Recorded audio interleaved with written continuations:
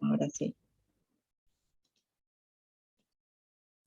Bueno, ¿se acuerdan que yo les decía que desde la historiografía también empieza a tener mucha prevalencia la idea de los traumas sociales, unido a la idea de memoria?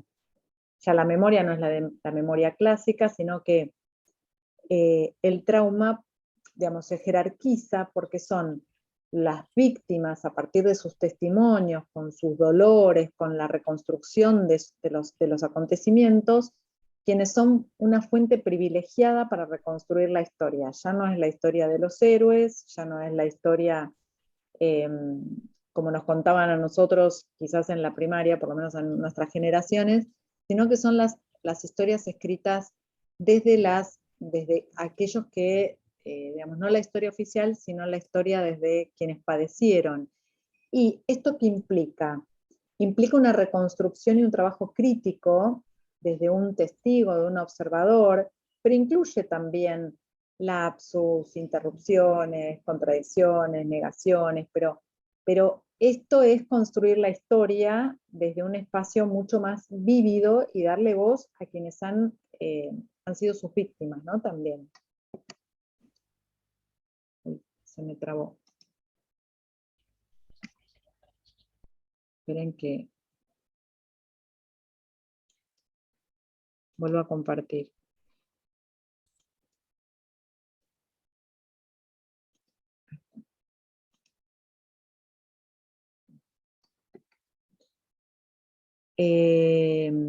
A mí me gustaba esta definición en donde se unen el tema de lo singular, lo colectivo, y dice, pensar la memoria de Mauer, ¿no? Pensar la memoria en una dimensión que excede el recuerdo, la instituye como pizarra de la subjetividad. El texto psíquico se escribe una y otra vez. No se trata de un archivo simple ni de marcas unívocas. Cada nueva escritura afecta y es afectada por las anteriores. Ahora lo vamos a, quédense con esta idea, porque después cuando veamos movimientos de reparación simbólica y movimientos de transformación en el escenario social, esta idea va a cobrar vida. Entonces, ¿por qué es importante, desde el punto de vista de la historiografía, entendiendo el trauma social, por qué es importante la memoria? Y a través de conmemoraciones, patrimonializaciones, producciones distintas de memorias colectivas, intervenciones distintas.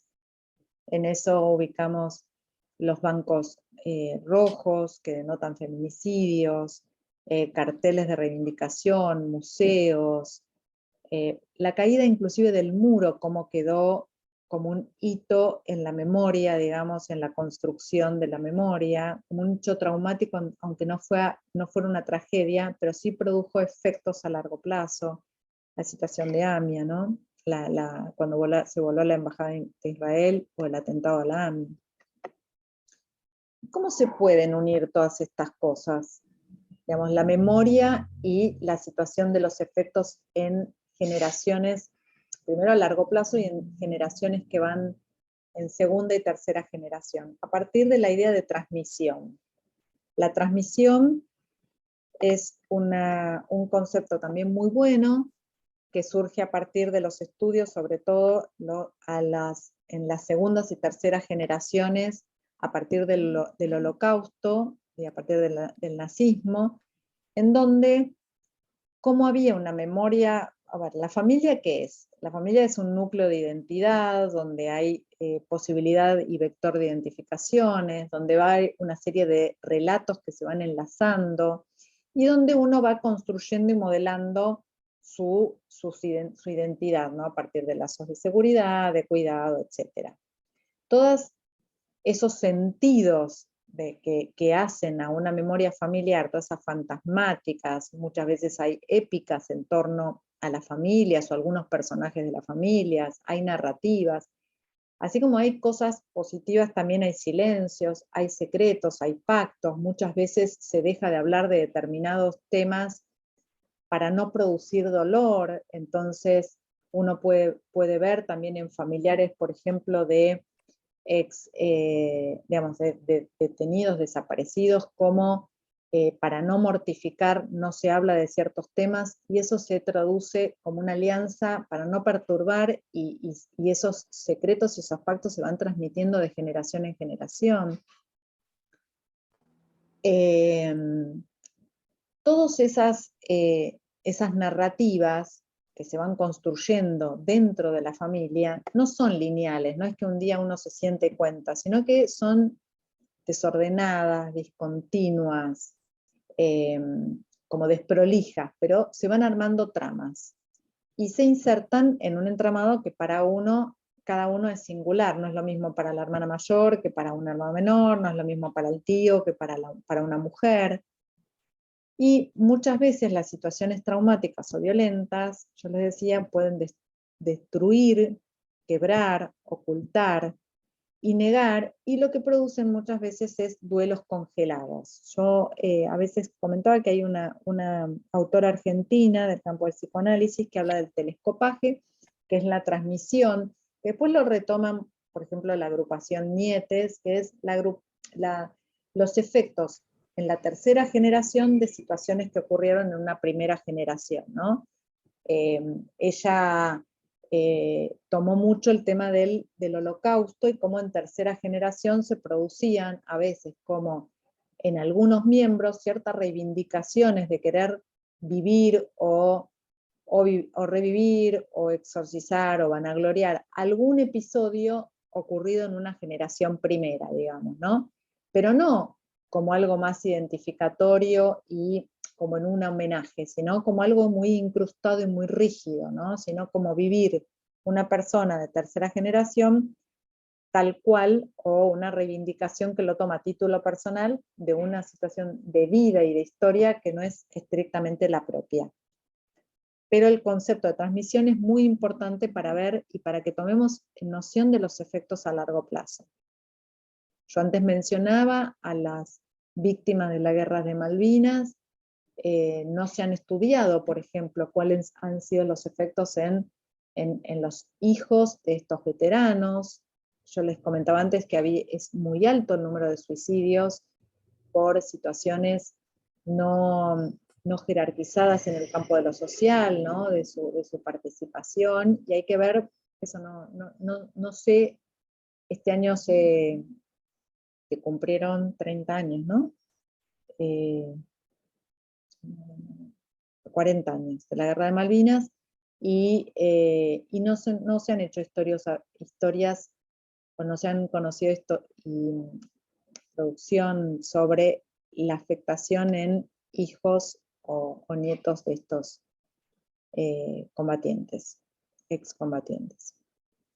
Bueno, para hablar de los traumas sociales, en otras clases también lo habíamos visto, los manuales diagnósticos, que siempre aspiran a una neutralidad, a una universalidad y a una asepsia en materia de nomenclatura, lo que hacen a partir del DSM-3, el DSM-4, lo que hubo o lo que ellos hacen es un listado de distintos síntomas, que pueden ser las repeticiones, las angustias automáticas, el insomnio, las pesadillas, la hipervigilia, las evitaciones, la irritabilidad, la ansiedad, el compromiso somático, porque a veces puede haber sudoración o palpitaciones. Todo eso son una descripción de situaciones en donde están condensadas los traumas sociales, que si bien esto en un registro puede ocurrir, lo que queremos hacer, sobre todo hincapié, es cómo en este listado de enumeración sintomática, lo que queda de lado es el contexto sociopolítico y cultural en el cual se produce la situación traumática.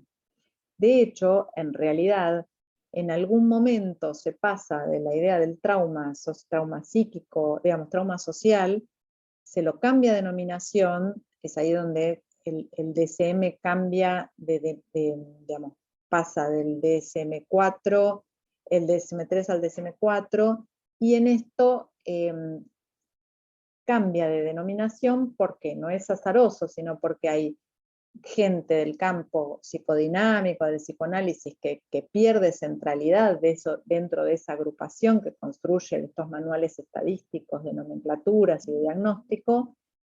Entonces, este grupo de psicoanalistas se retira y empieza a tomar más lugar la neurobiología y la farmacología. Entonces, en ese momento es donde se invisibiliza todo lo que tiene que ver con lo social y político, productor de esta serie, de esta enumeración de síntomas. Se cambia la centralidad del trauma psíquico y del efecto singular, y ya aparece como una cosa, asepsia, yo digo, porque aparece como desanclado de un tiempo y de un espacio. Y la nominación que tiene en este momento es de síndrome de estrés postraumático, para lo cual hay una terapéutica farmacológica acorde a silenciar todas estas expresiones de angustia y de ansiedad, digamos. Para hablar de los traumas sociales, nosotros vamos a tomar como modelo paradigmático para entenderlo al terrorismo de Estado. El terrorismo de Estado se definen a partir de la existencia de campos de concentración y exterminio, torturas de toda índole, desapariciones, matanzas, hay sustracción de la identidad, atentados. También incluimos, si bien nosotros vamos a tomar el terrorismo de Estado, también incluimos como situación de traumas sociales los desplazamientos forzados, los genocidios de pueblos originarios y genocidios de otros grupos y colectivos.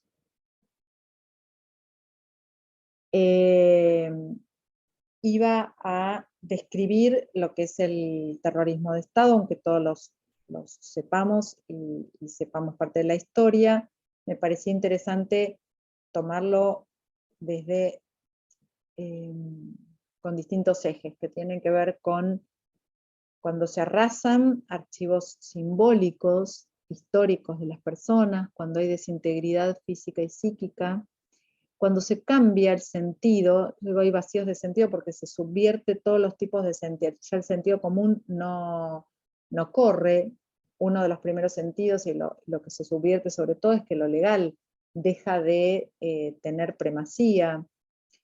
Hay una ruptura de la confianza, ¿no? Donde todos pueden ser una sospecha y una desconfianza, donde todos pueden ser el enemigo, el otro puede ser el que denuncie. Lo van a ver en el práctico, algunos de los videitos en donde, el material audiovisual, en donde son los demás o los vecinos los que denuncian.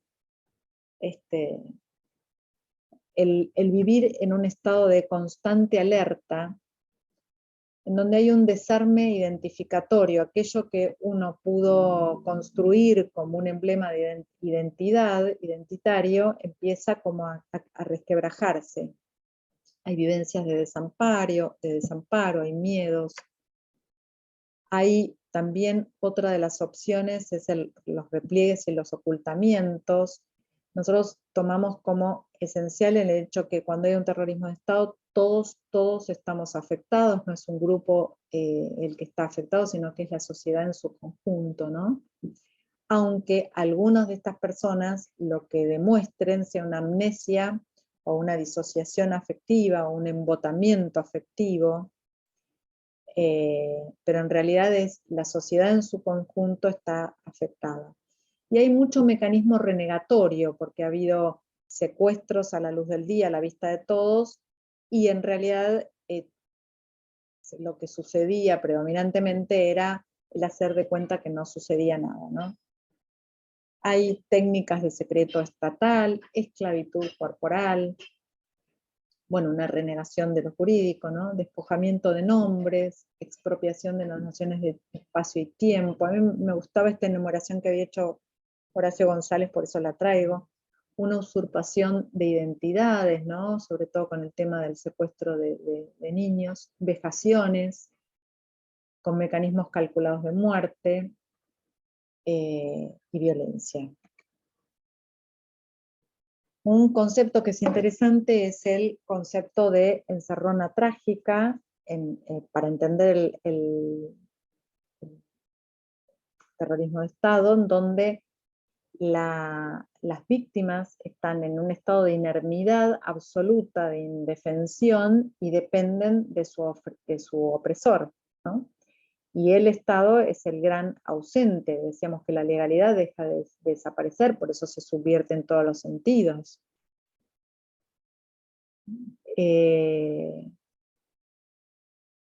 Ahí, bueno, empieza a estar como plan sistemático, y no me refiero solamente a Argentina, sino a toda Latinoamérica, la desaparición forzada, y el detenimiento y la desaparición forzada de personas. Cuando quien desaparece es una víctima de terrorismo de Estado, a mí me gustaba esta definición que dice que la ausencia no se reemplaza nunca, no se supera nunca, pero sí se gestiona. Yo les decía antes que la diferencia, todos cuando perdemos un familiar o hay una situación de pérdida no solamente de un ser humano, hay un proceso de duelo que se pone en marcha. Ese proceso de duelo no en todos es el mismo, pero sucede ciertas situaciones en donde uno va asimilando la pérdida. En el caso de las ausencias por terrorismo de Estado, ese proceso de duelo no sigue los canales habituales. Por eso digo que la ausencia no se reemplaza, no se supera, pero sí se gestiona. Para que haya una elaboración de la pérdida relativa, se inician procesos de duelo, pero sobre todo para que esa situación y esa pérdida se vayan gestionando, como yo les decía, tiene que haber precursores de ese trabajo de duelo. Y esto es que el tejido social se recomponga y exija que lo legal se vuelva a instituir, que lo legal tenga algún sentido. Para eso, en el caso de la Argentina, esa recomposición de esa legalidad, de esa terceridad, fue ocupada en gran parte por los organismos de derechos humanos, que fueron ese tercero de apelación, que en algún momento se resquebrajó, y los organismos de derechos humanos lucharon, trabajaron activamente para instaurar de nuevo una legalidad. Y que haya cierta trazabilidad de los cuerpos. Quería tomar una frase de San Agustín que dice: los cuerpos no son seres invisibles, son seres invisibles, no son ausentes. Que se recomponga este tejido legal, que se reclame memoria, verdad y justicia, que se busque la trazabilidad de los cuerpos. Eso es lo que va a habilitar espacios de dignidad, de intimidad y de singularidad. Y esto tiene que ver con lo que decíamos antes de la reparación simbólica.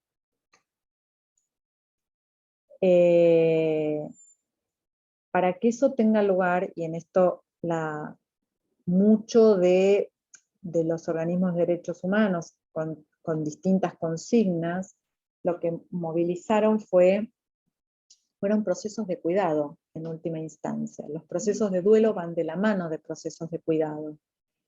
Y para hablar del proceso de cuidado, que lo habíamos visto en una clase, lo explicaron Ana y Paula, traían estos procesos de cuidado ligados a la institución de la ternura, contraponiéndose a algo que en algún momento había traído Silvia, creo que era, sobre el tema de, Mariano, ¿no? Cuando hablaba de la mortificación del yo. Es el movimiento contrario a la mortificación del yo, es dar singularidad para que haya, como decíamos antes, dignidad, intimidad y singularidad, es a partir de recuperar la ternura. ¿Qué quiere decir esto? La recuperación de la ternura viene de la mano, y este es un concepto de Ulloa también, donde uno puede ponerse, recupera la empatía, que quiere decir es ponerse en el lugar del otro, pero al mismo tiempo es mirar al otro como un otro ajeno, distinto a uno. el modelo que toma él para pensar eso es el modelo infantil, donde las madres dicen que no nos apoderamos de la cabeza de los niños, de ese infante que está en, digamos, en un estado de indefensión, sino que lo coartamos eso y podemos de manera imponernos con ciertos sentidos, ciertas interpretaciones, pero entendemos que el otro es un ajeno distinto a uno. En el campo de la salud, implicar y volver a tomar la idea de la ternura implica o tiene que ver con implicarse en el trabajo, poner implicación. En algún momento creo que vos lo traías, Ana, cuando recuperabas esto de los italianos, cómo en la experiencia italiana ellos enfatizaban esto de la implicación en el trabajo.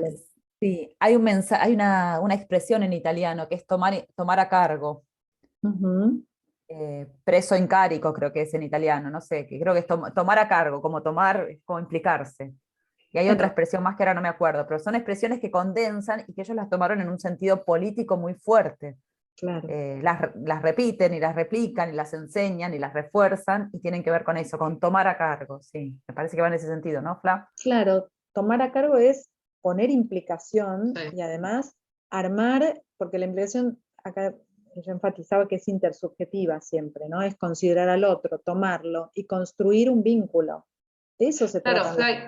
Sí. Y lo que pensaba es que eso es lo que nos protege de la burocratización de las intervenciones, ¿no? Claro. Poder generar intervenciones profesionales, procesos de trabajo que sean creativos y que tengan en cuenta las trayectorias de vida de las personas con las que nos encontramos día a día. Bueno, yo creo que eso, desde parados en ese lugar, los organismos de derechos humanos generaron condiciones de posibilidad para recuperar la dignidad, recuperar la singularidad, el sentirse escuchados, el sentir que algo podía recomponerse, pero fue desde la implicación. Es solamente desde lo colectivo donde uno puede elaborar el horror vivido. Caes, que es un psicoanalista francés, dice, no hay elaboración del horror sin el reconocimiento y la producción colectiva. Y es en la propia comunidad, en el propio territorio, donde se elaboran esos traumas, recomponiendo la autopreservación, por supuesto que es la vida, no solamente la autoconservación, sino estos, yo los que les decía antes, este andamiaje identificatorio con el cual uno va construyendo una identidad, rearmar los vínculos solidarios que estaban resquebrajados, acuérdense lo que decíamos antes, que el otro era un enemigo, había una situación de permanente desconfianza, legitimizar lo que sucedió, darle entidad, ponerle nombre, esclarecer situaciones, identificar culpables y responsables, todo eso es lo que va haciendo o permitiendo, se va armando de nuevo un tejido en el cual uno puede elaborar lo sucedido. O sea, en ese sentido, digamos, que el Estado, de nuevo, reivindicando la ley, ¿por qué decíamos, yendo a otro plano de situación, por qué Silvia y Ana antes enfatizaban y decían el tema de respetar la vigencia de la ley de salud mental? Porque esto es una que la ley exista, después se la puede en la implementación mejorar, etcétera, pero la ley da una garantía, o sea, es la plena vigencia. Después podemos discutir otras cosas, pero no se puede subvertir la ley que en algún momento fue promulgada por unanimidad, no, digamos, se tiene que apoyar en eso y eso es lo que da una garantía de constatación histórica de lo construido. En cambio, yo decía, si el Estado miente, mucho tuvo que ver con la política de los 90, ¿no? Miente, reniega, silencia, no identifica sus pérdidas, no busca, no identifica causas, no da explicaciones, no señala responsables ni los sanciona. Lo que hace es condena a una repetición traumática a las víctimas directas o indirectas, y además que condensa, todo eso queda condensado a nivel individual, súper individual, a una culpa constante, ¿no? Que puede ser, y se ha escuchado muchas veces, no busqué lo suficiente, uno escucha ha escuchado un montón de relatos de la búsqueda incansable de los cuerpos, la búsqueda incansable de sus seres queridos, y siempre pensando, culpabilizándose que no hicieron lo suficiente como para encontrarlo, como para seguir sus rastros, como para llegar a develar qué es lo que pasó. Entonces, el Estado es el que tiene que dar los ejes de construcción de verdad, y a partir de ahí el aparato psíquico puede construir y retransformar, lo que yo les decía al principio, puede atribuirle otros sentidos a esa situación, pero necesita de esta construcción de verdad y de legalidad estable para que el aparato psíquico individual pueda generar una transformación de sentido. Y que lo constate, el sentido que ha construido lo constate en el exterior, digamos, ¿no? Con lo que sucede en el colectivo social. Bueno, la reparación es un concepto que viene del derecho civil, en este caso el derecho civil argentino, que va más allá de reparar una vez que se ha producido el daño. El texto del derecho civil dice que lo que implica la reparación trata de que se vuelva a una situación anterior del daño cometido. Por supuesto que cuando estamos hablando de terrorismo de Estado, estamos hablando de muerte de personas, de sustracción de la identidad, nunca se va a volver a la situación anterior. Entonces, a modo de reparación de ese daño que no puede ir a la letra concreta de volver a la situación anterior del daño cometido, aunque el Estado sea el que haya roto el contrato, y en ese sentido el delito es de lesa humanidad, se compromete a poner en marcha medidas de restitución, medidas de indemnización, medidas de rehabilitación, ¿no? ¿Qué quieren decir? Indemnización en relación a lo económico, y las medidas de rehabilitación estamos hablando de una asistencia médico y psicológica. En ese sentido, les doy como ejemplo el Centro Ulloa, que es el centro que se inició en algún momento, después lo voy a mencionar, en donde se prestaba asistencia a víctimas de lesa humanidad. Después se sumaron también las víctimas de gatillo fácil, después hubo también las víctimas de Cromañón,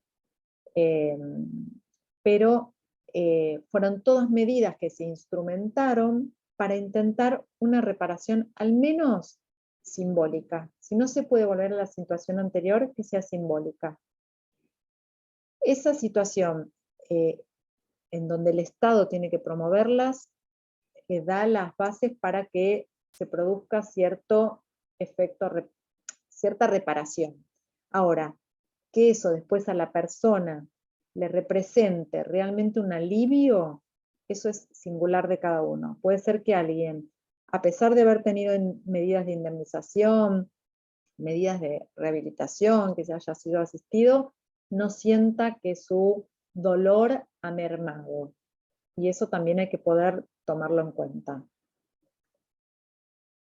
Una de las cosas que menciono es que lo público ha ocupado muchas veces, recuerden las audiencias públicas, han ocupado el lugar de la constatación, y algunos han interpretado que es el lugar del, así como no ha podido hacerse un ritual funerario, porque en muchas situaciones esto no ha podido, los cuerpos no han podido ubicarse, es lo social en donde, el espacio en donde esa constatación o donde esa trama de lo ocurrido vuelve a generarse.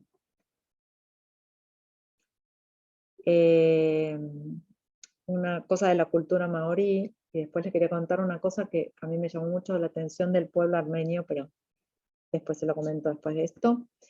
los maoríes hablan de verdadera justicia cuando hablan del tema de la reparación, ¿no? Dice, después de constatar que policía y justicia buscan a los culpables y los castigan a veces, pero que nada se hace realmente para ayudar a las víctimas a superar el prejuicio, el dolo, los años perdidos, el sufrimiento, el sentimiento de injusticia frecuentemente más intolerable que el prejuicio financiero, ¿no? Ellos hablan están hablando acá del tema de la reparación como que ellos lo nombran como verdadera justicia, pero que Por igual no estigma, alcanza. sí, Sí, perdón, claro, por estigma étnico, ¿no? De orden étnico claro, sobre todo, exactamente, ¿no? Tiene que ver exactamente. con, digamos, un pueblo que vive en Nueva Zelanda y cuya, digamos, identidad fue absolutamente negada y descalificada por digamos, la impronta de la colonización inglesa, ¿no? Ujú. Digo, para contextualizar. Y una cosita que el otro día hablando con una situación, a partir de una situación con una colega, me, me contaba de una situación que yo no sabía, no sé si algún de los estudiantes que pertenecen a la religión armenia, pero la Iglesia Ortodoxa Armenia, cuando bautiza a un niño, a una niña, un niño, le da los 4 sacramentos. No sé si ustedes lo sabían, pero es el bautismo, la comunión, la confirmación y la extremaunción, al mismo tiempo en el bautismo. Por otro lado, hay una práctica hiperpatriarcal porque es el padrino, no hay madrina, es solamente el padrino el que sostiene al niño, lo bañan, etc. Pero la idea de la extremaunción a mí me pareció muy impactante porque tan imbuidos de lo que fue el genocidio armenio y no sabiendo cuánto iba a sobrevivir un niño, se quedó instalado como parte de ese ritual religioso. Parecía muy fuerte, ¿no? Como algunos pueblos están tan condenados por las situaciones tan marcados, no, perdón, tan marcados por las situaciones de tragedia que han vivido.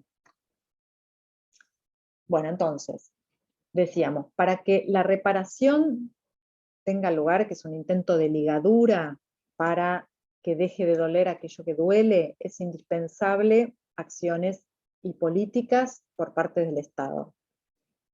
En lugar de los organismos, los colectivos, la comunidad y la sociedad, el peso, la lucha es contundente a la hora de movilizar que esas políticas se pongan en marcha. Y, digamos, para que la persona sienta alguna decisión, digamos, alguna reparación, tiene que haber algún movimiento de la persona individual. Pero los puse en ese orden porque es fundamental, son fundamentales los 2 primeros, ¿no?